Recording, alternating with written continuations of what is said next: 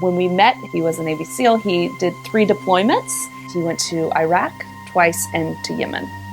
He went back to San Diego, California, and that's where he was stationed as a Navy SEAL. We lived there for 6 years, and then we moved back for him to work back down in Fayetteville.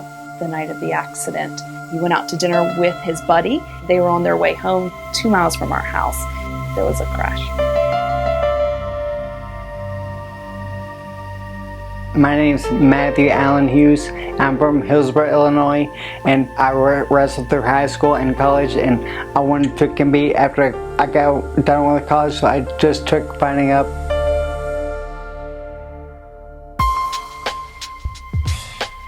Now, Matt had an accident in 2017, and this was a motor vehicle accident. He was crossing over a train track, and a train hit the back of his truck, and the truck went along with the train for a period of time. Unfortunately, there was a massive head injury involved with that particular accident.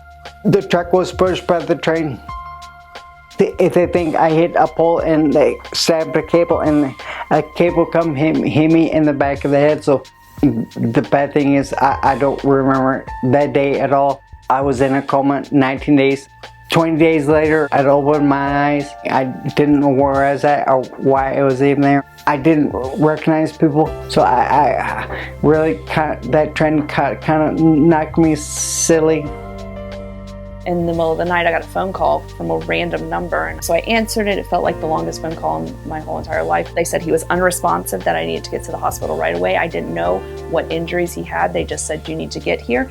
When I got there, he just looked like he was sleeping, but he had a diffusal axon injury where his whole brain shook. It wasn't just the brain, but it was the brain stem. Mostly when people have shearing in their brain stem, they won't wake up.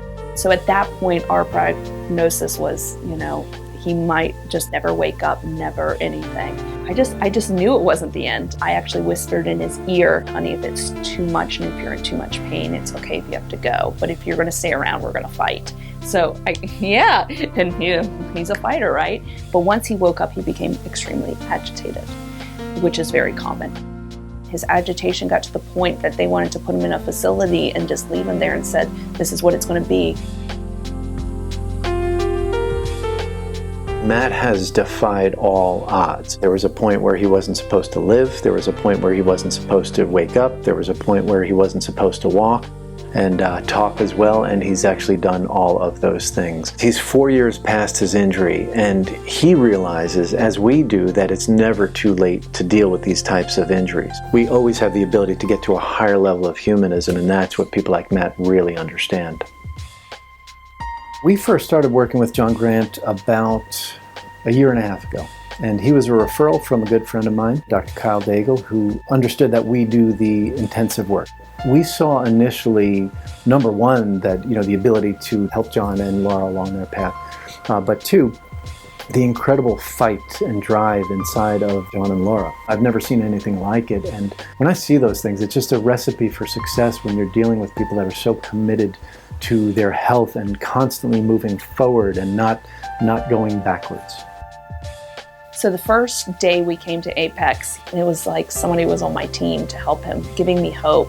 We just did a lot of testing, looking at the eyes particularly, seeing the tracking, seeing how the eyes were connecting to the brain. From the eyes, we could tell what part of the brain was firing and not firing and the imbalances there. He did some scans of the brain as well, just all sorts of different neuro testing, just to kind of get an overview of Jon.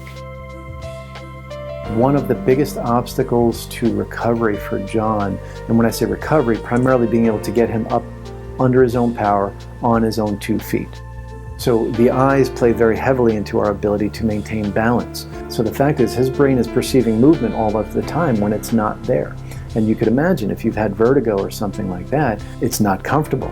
It doesn't serve you walking well or balancing well, and people fall and they hit their heads. So if we can start to get better control with that, which is what we're seeing, we can eventually have more stability on 2 feet. So that's really our biggest goal this time working with Jon is calming down some of those eye movements so he can have better balance and better gait and better stability and more importantly, greater safety so there's not a fall and potentially another hit to the head. When we finally found these resources, it was like a burden was lifted off of me, because I knew in my heart that it was like I was searching for the tools. I said, I just need something that doesn't require him to do anything. And that's when we got introduced to the laser therapy. We take sunlight and we convert it into units of energy. What we're doing is we're driving photons into the body, and we're allowing the mitochondria, or energy producers of the cells, to simply produce more energy, produce energy more effectively. This is really, really important for someone who's had something like a brain injury. They can't produce energy effectively. So at the very basic of levels, we're improving metabolic capacity, allowing people to do more. And we find therapies like low-level laser and hyperbaric really complement a lot of the physical-based therapies we do.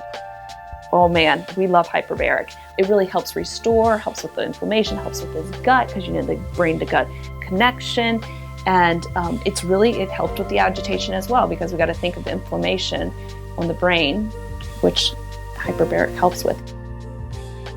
Hyperbaric oxygen therapy that Matt has been using has been extremely beneficial, because it gives somebody an active break. So not only does he get a break neurologically, but we can get another source of fuel, right? Oxygen is important for everything that we're doing here. It can also help with things like spasticity. We have been doing things like cold laser therapy. It's basically where we can use lasers transcranially so that we can apply it on those areas of the brain that are struggling the most. Things like the interactive metronome, which is a timing tool, so he's being able to pay attention for longer periods of time. And then we play with the NSI. It's a program that basically allows for us to train his balance system while he's doing hand-eye coordination movement. Other therapies we're using with Matt also include neurofeedback, a form of therapy that's a really great tool for anyone who has had a traumatic brain injury, because it's largely passive. So it doesn't take a lot of energy or fuel out of the person, so that we can do that among other therapies all day long. And then things like using blaze pods, which are motor reaction time tools, where we're having to hit targets at a fast pace, and then we're getting direct feedback on how he's doing, so that we can push him and challenge him and hopefully make those exercises more difficult as we continue working with him. One of the things that we're working on with him is his balance, which has been improving with each time that we train it. But one of the issues was actually activation of his feet.